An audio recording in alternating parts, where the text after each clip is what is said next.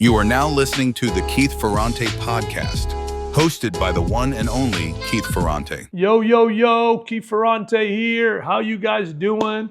I was just having an amazing conversation with my son-in-law, Landon, and we just were talking about the pioneering Keith, and even the challenge of being a pioneer. And I just thought, man, let me talk about this for a few moments. I've been processing this lately, being a pioneer. How many of you guys like being a pioneer and kind of feel like you're a pioneer and feel like you're not just, there's a difference between pioneers and settlers. Settlers is someone that they got the same life for 40 years. Same job, same city they're in. It's very stable, and we need settlers.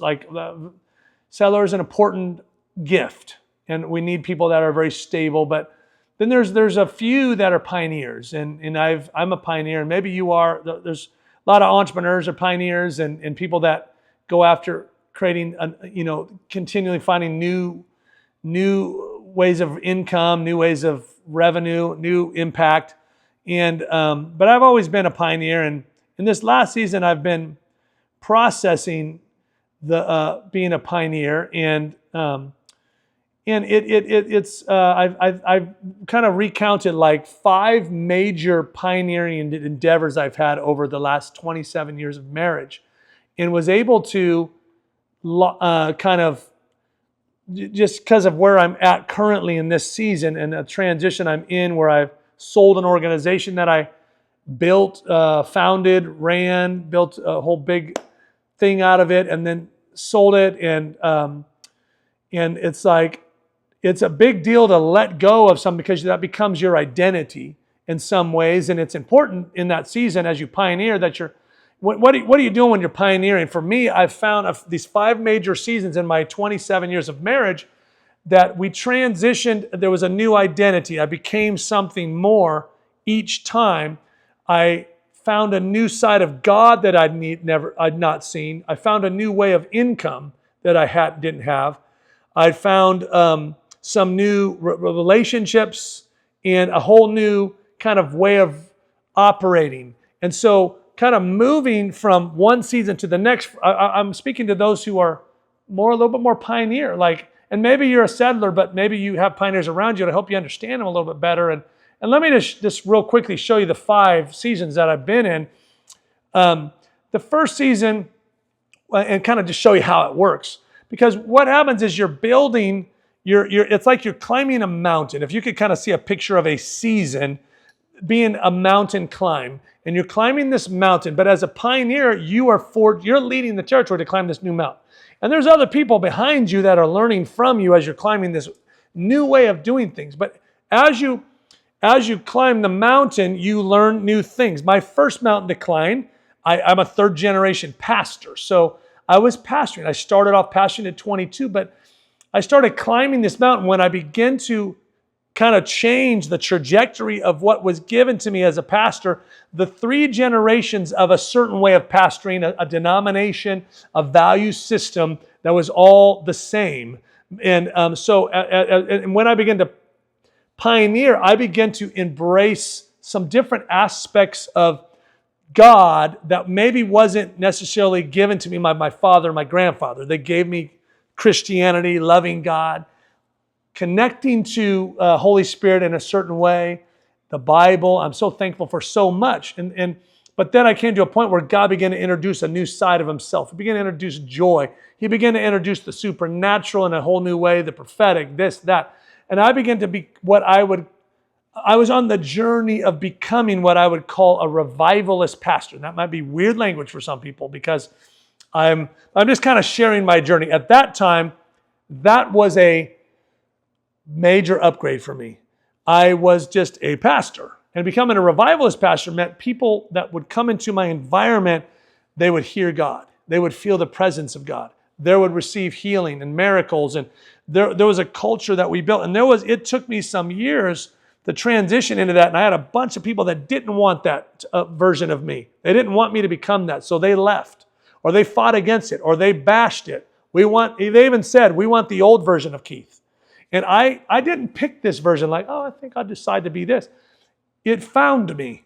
And God found me, and he thought this would be a good journey. And so I went on this journey of this climbing of this mountain, and I eventually lost a lot of people. But then we became this new thing, this revival church. And people slowly began to come. I began to own that I was that. I was someone that knew how to connect to God and feel his presence and prophesied, God's alive. And I began to find he wasn't just traditional historical Christianity, he was alive. And I began to become alive. And then I took that all over the world. Eventually, I was traveling all over the world and taking that. I was exporting that. And people wanted that. They wanted more than just traditional Christianity. That actually, I kind of skipped ahead. Revivalist pastor was my first mountain to climb. And then my second one was becoming someone that took it over the world. Took it all over the world. I climbed a new mountain. My income from pastoring changed. I left the pastoring in the stable environment. That mountain I went down. And then I started climbing this new mountain where I began to learn how to be what we call an itinerant, a traveling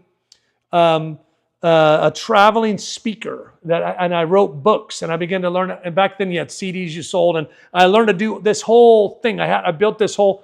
I had people that would like patrons. They believed in what I was doing. They would sponsor me. So I had sponsors, and I had fees when I would go to different churches and speak in conferences, and I had books, and that was a whole different thing. Pastoring was a revivalist pastor was one identity. Becoming I would call it like more like a prophetic itinerant, where I became to be known for releasing encouraging words over people, giving people insights, and that took me all over the world. And that was a huge another upgrade and a whole different way of doing things. And then that mountain began to have a downturn.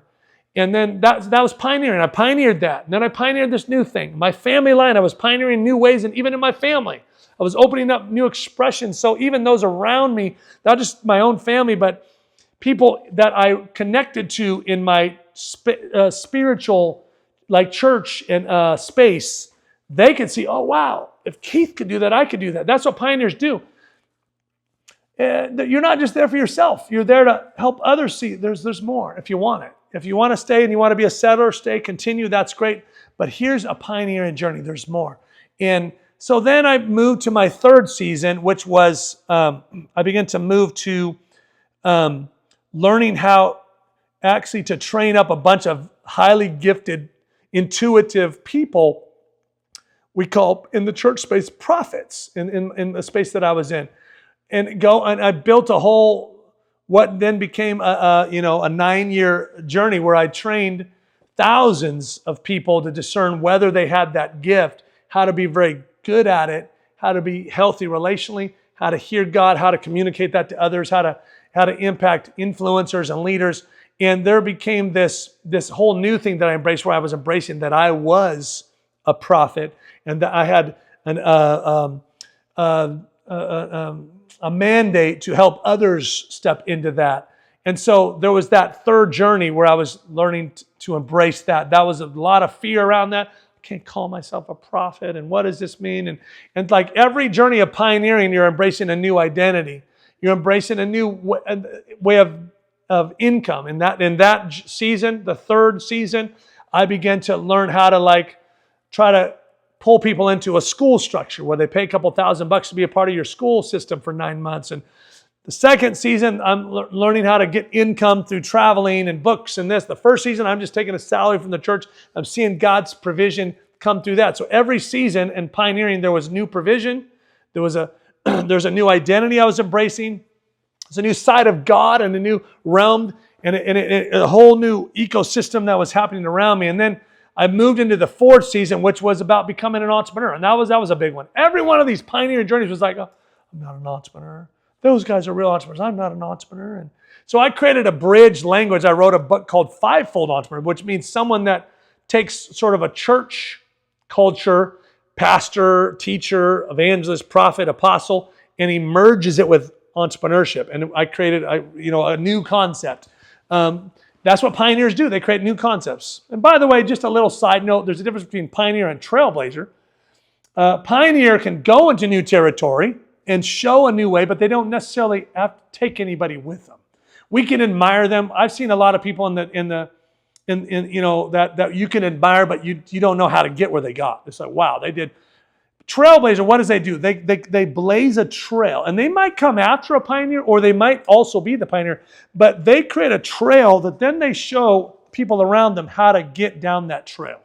So I'm both a pioneer and a trailblazer. My goal is always, hey, if anything that I find that is fruitful, could help you, could create bigger impact for you, or create a different ecosystem for you, create more fulfilling life and impact, like, here it is. Here's a pathway. I've always done that. And so in that 4th season, I was learning to be an entrepreneur, which was learning to market, was learning to run ads, which was learning to build communities around different online programs. And I built a number of schools, 10 local schools, and we built hundreds and even thousands of members into our world. And that was a big journey. There was lots of insecurity. Every one of these journeys was insecurity.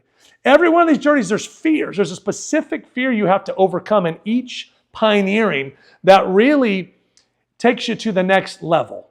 And my first journey my first mountain that I climbed, becoming a revivalist pastor, what my biggest fear was just getting rid of the fear of people pleasing, because a lot of people were not happy with where I was going. Not only people that were in my congregation, but people in life, just people, leaders, family members even, and that was, but God was trying to get rid of that fear of man. In the 2nd season, I was really getting rid of the fear of being out there and traveling and leaders squishing you, and getting the fear of being controlled. And that was a big one to overcome. And every one of those had a story.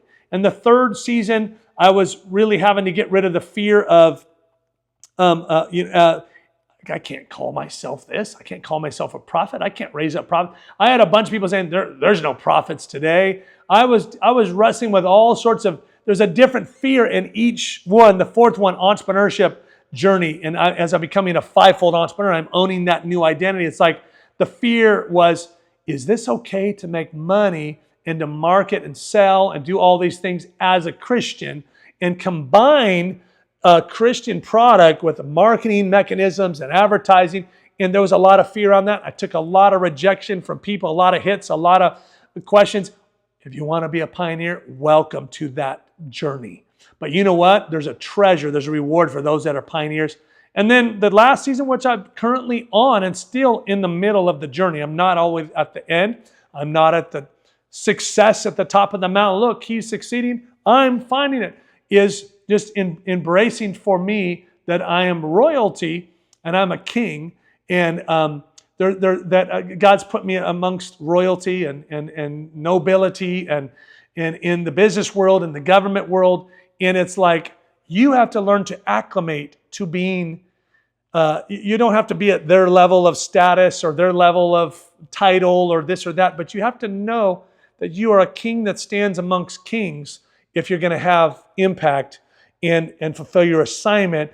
And so I'm in that journey of learning, and the Lord spoke to me about it for several years, but it takes a while sometimes in these pioneering journeys to really internalize the new identity, the new ecosystem financially, and how that works. Because every ecosystem of every season I've been in has been different.